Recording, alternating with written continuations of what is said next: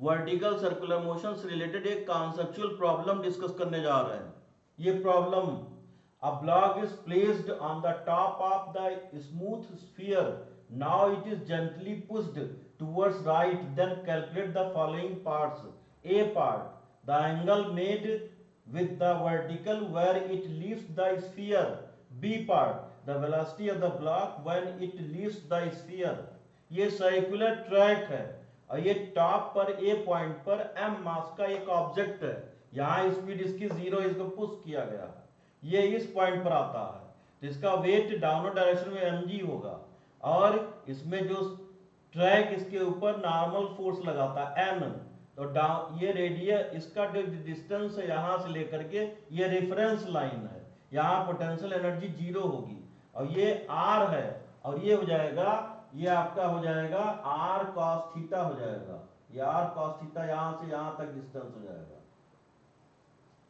अब इसमें mg cos theta इस डायरेक्शन में है और n अपोजिट डायरेक्शन में है, तो mg cos theta minus n equal to mb square by r हो जाएगा। यहाँ वेलोसिटी ब्लॉक की v है,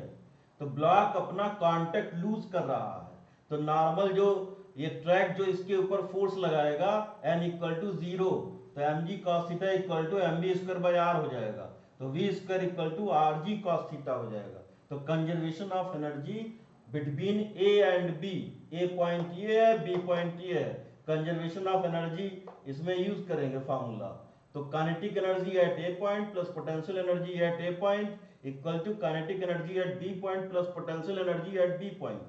तो इसमें वैल्यू पुट कर देंगे, काइनेटिक एनर्जी a पॉइंट पर 0 है, पोटेंशियल एनर्जी a पॉइंट पर mg r है, ये रेफरेंस लाइन से और ये r डिस्टेंस है, equal to half mb square, kinetic energy at b point half mb square plus mg r cos theta potential energy हो जाएगा b पॉइंट पर, तो gr equal to v square by 2 plus gr cos theta हो जाएगा, तो v square equal to 2gr minus 2gr cos theta हो जाएगा।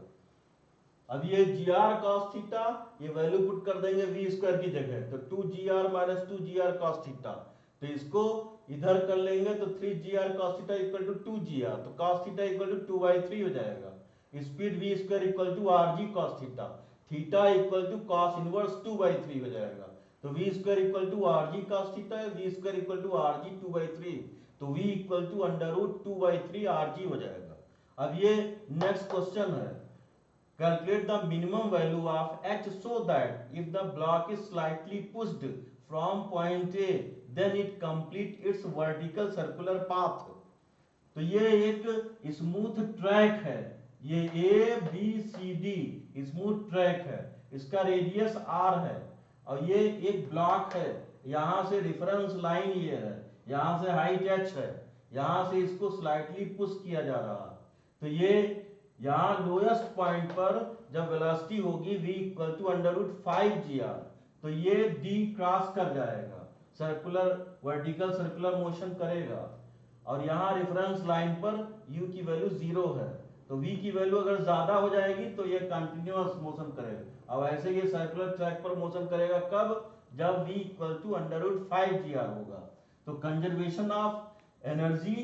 Eight a point and at b point, तो यहाँ के kinetic energy at a point plus potential energy at a point equal to kinetic energy at b point plus potential energy at b point, तो यहाँ kinetic energy 0 हो जाएगा, यहाँ mgh height की वजह से जो पोटेंशियल एनर्जी होगा वो mgh होगा इक्वल टू हाफ m और रूट 5gr होल स्क्वायर हो जाएगा, kinetic energy at b point, और प्लस पोटेंशियल एनर्जी यहाँ 0 होगा, तो gh equal to half 5gr हो जाएगा, तो h इक्वल टू 5r/2 हो जाएगा। Thank you.